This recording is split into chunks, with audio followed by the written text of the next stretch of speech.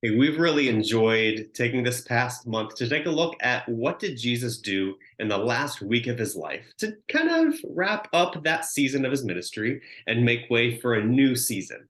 And we've talked about Jesus's last to-do list. Item number one, celebrate. Item number two, flip tables. Item number three, establish new rhythms. And now here we are on item number four. Now, obviously, he did a whole lot more in his last week of life that we could talk about. But for the sake of time, we're highlighting these four, which I think are super impactful and super applicable lessons for us. So today, we're going to talk about delegating. Ooh, delegating. Delegating. It's hard because of the reasons, because it's like, oh no, but what if the people don't do it as well as I can do it? And what's it going to look like when I don't have as much control over things? And well, you know what? Jesus went How much is through, it going to cost? right? I know. Yeah, I have to pay someone to do something. Okay, look, Jesus went through the same thing. Okay. And so let's see how he delegated his ministry to his people. It actually started, well, is a whole process. He was working with people for years. But I want to bring our attention to a point when he was on the cross. And he was literally hanging on the cross. And his mother was there at his feet weeping. And his best friend John was there. And so in the book of John, 19:26 through 27 says, when Jesus saw his mother standing there beside the disciple he loved, he said to her, dear woman, here's your son. And he said to this disciple, here is your mother. And then from then on, this disciple took her into his home. So John wrote this and he referred to himself as the disciple that Jesus loved. And Jesus is handing the responsibility of caring for his own mother to his friend John. Okay. So fast forward now to a less sad part of Jesus' last times on earth here. This verse is actually highlighted on page 4 of the worksheet that we've been in the watering section, if you're in the Grove, or attached to an email here, ending and beginning seasons. Matthew 28:18 through 19. Jesus is delegating in a major way here. We saw him delegate one-on-one with a really personal responsibility. Now he's delegating to not just his disciples, but us here reading and talking right now about our responsibility. He says, I've been given all authority in heaven and on earth. Therefore, go and make disciples of all the nations, baptizing them in the name of the Father and the Son and the Holy Spirit. Teach these new disciples to obey all the commands I've given you. Okay, so this is called the Great Commission. It's functionally the Great Delegation because Jesus knew that he was not going to be doing the same sort of thing in the new season. Remember, this is after he died. He came back to life and he's on earth for a little bit. But he's going to be going to a new season where he's going to sit at the right hand of the throne of God. I'm going to delegate Kelsey to fix my hood right now. Thank you. So Jesus is going to heaven to sit at the right hand of the throne of God. That's what only Jesus could do. So that was what he went to do at that point.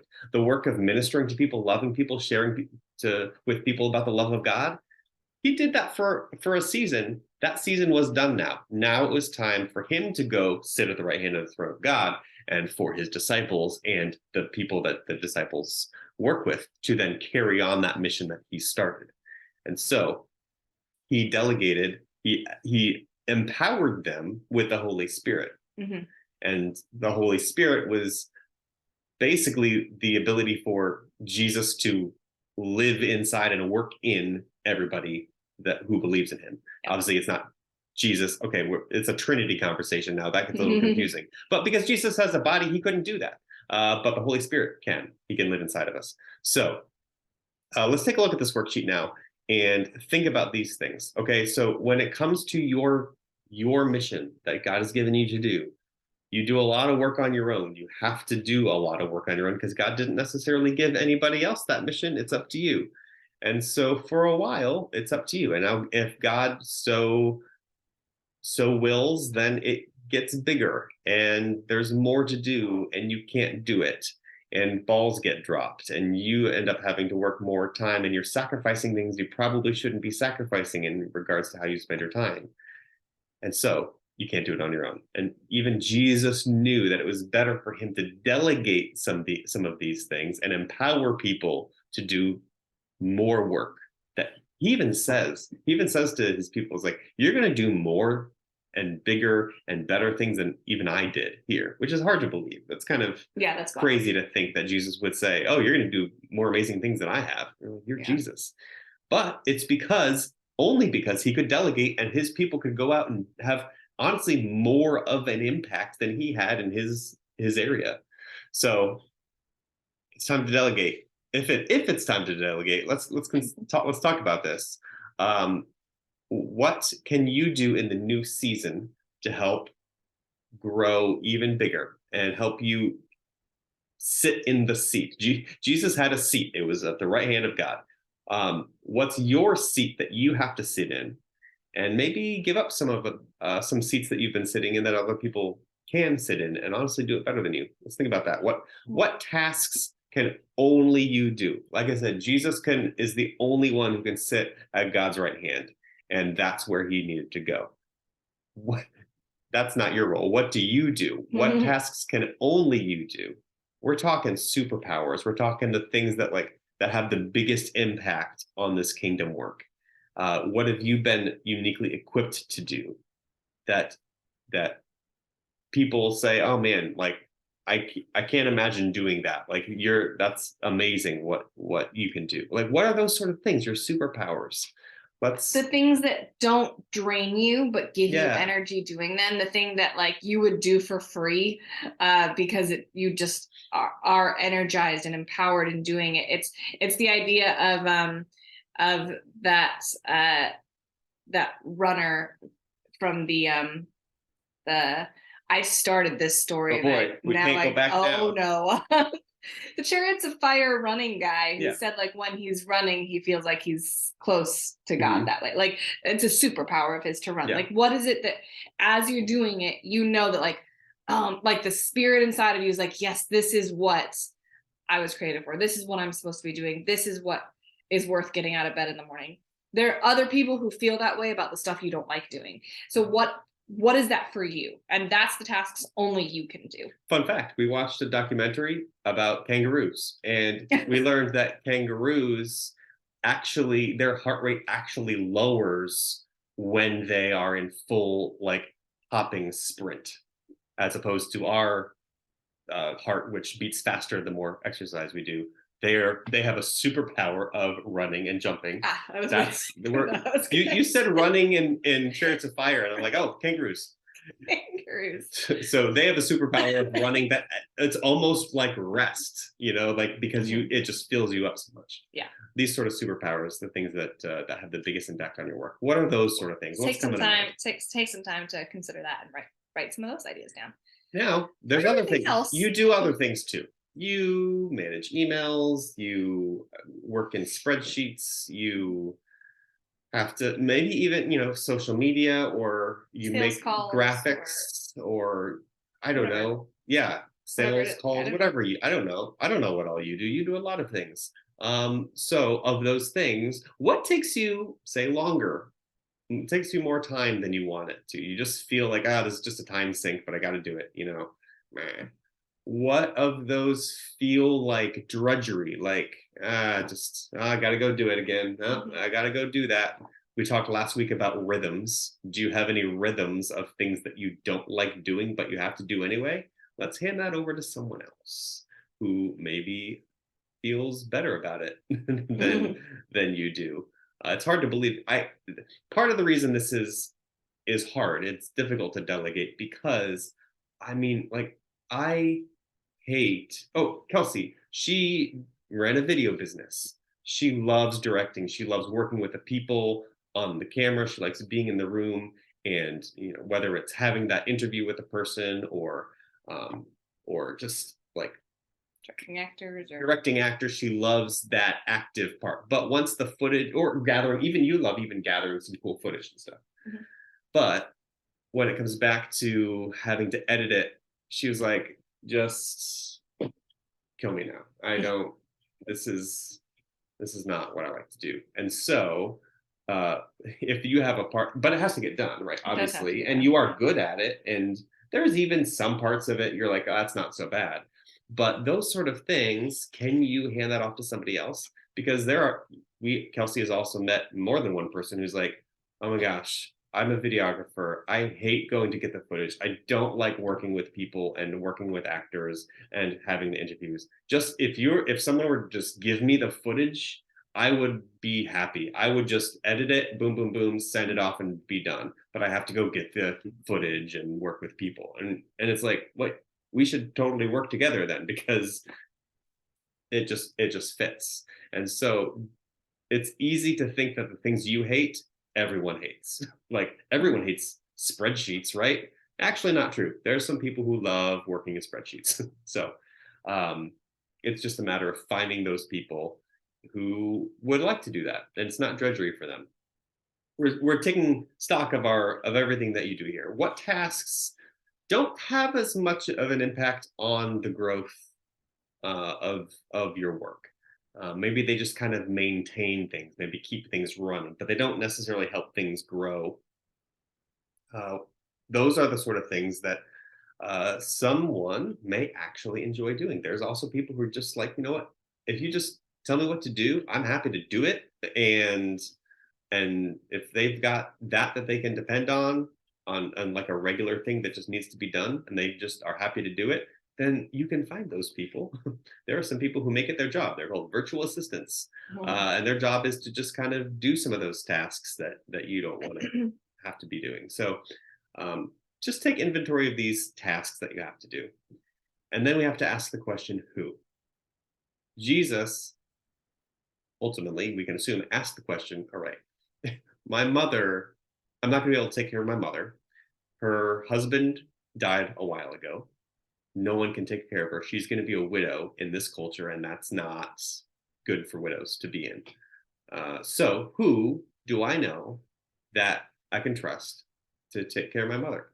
Well, the answer was John, his best friend. Now, could John be as good of a son as Jesus? No. No, he could not. Did he know Mary as well as Jesus knew Mary? No, he didn't. But one way to think about delegation is who do you know that could do that job 51% as good as you can? Like even half as good as you can, then you can train them to be able to grow in that and do better. If they can do it half as good as you, then they can learn to do it just as well as you. Because the other thing to think of is you're not actually doing this at 100% capacity. If it's something that you don't love doing, or you're not as skilled at, or you're doing so much that it takes up time that you should be doing something else, someone else is honestly being 75% as good as you at something is honestly probably better than you, if you had to keep doing it. So asking ourselves who, Jesus again asked to himself, hey, who could carry on the mission of sharing God's love on earth? Well, it's his disciples that he'd been working with. And they will go and train other people to do it. So who can you empower and who can you elevate to do the things that need to be done, but don't have to be done by you? That's the question here in delegation. Okay. My question, Mike, is a lot of times I hear these conversations about delegations like, well, I don't have the income to go pay somebody. Like I don't have the resources to have someone else take on this piece of my business, right, or this piece of my work, or the work I'm doing isn't even making money yet. So how am I supposed to delegate out that work? Yeah. First of all, I would say this can be as little as you want it to be. Like if there's somebody who could do 1 hour a day of something for you, and you'd be willing to pay them, like, I don't know, 10, 15, 20 bucks, whatever, a day, to do those things, or even just whatever, once a week, come in and do something. Like, just start as small as you're able to and find the person and pray for the person to come along who can do something even as little as like a couple hours a week even would be fine, just to take that off your plate. You'll find that instead of you spending the time doing that, they might even get it done faster and save you money. And you'll find that just the load off of you not having to do that or think about that frees you up to actually do more of the things that get the work done and maybe even make the money to make it possible. So I would say it's like, oh, I can't pay someone a part-time job. No, you don't need to pay anyone a part-time job's worth of money to do anything. Just even if it's a friend, hey, would you be willing to do this like once a week? Come in here and do this and this and this, and I'll pay you. What do you want to get paid? And something like that, and just keep it small. And as I think you'll quickly realize that, oh wait, this frees me up a lot, and you'll find yourself having a lot more freedom of time and money to be able to help that grow. Also, I would say don't underestimate the power of praying for the right people to come in at the right times for the right reasons. Mhm. Um, you don't know that there isn't someone waiting in the wings who would just love to partner with someone like you, doing work like you, who can fill in the pieces that you don't have, and they don't even want to get paid right now. Like maybe they're willing to come in on the ground floor just to work Yeah. on something like what you're doing. Um, and I'm always pro paying people for their work, but you just never know what kind of connections God has for you. And so continually, if you're in a place where you need to delegate and you do not have the budget to delegate, be praying about it. Be praying about it and be open to the opportunities that God puts in front of you to meet people, to talk to people, to put out into the world what you're doing. Maybe you just need to be more vocal about the work that you're doing so people know that it's happening and can come to you and offer their services. Um, the Lord is the master networker. There's no one in the universe who is more connected than our God. He is connected to every single person, and so he can connect you to exactly who you need at the time that you need to be connected with them to further his mission. Um, it was his idea first. He knows exactly who needs to be involved in order to get it done, and so go to him and ask for the people. Jesus says somewhere elsewhere, pray to the God of the harvest to send workers into the harvest.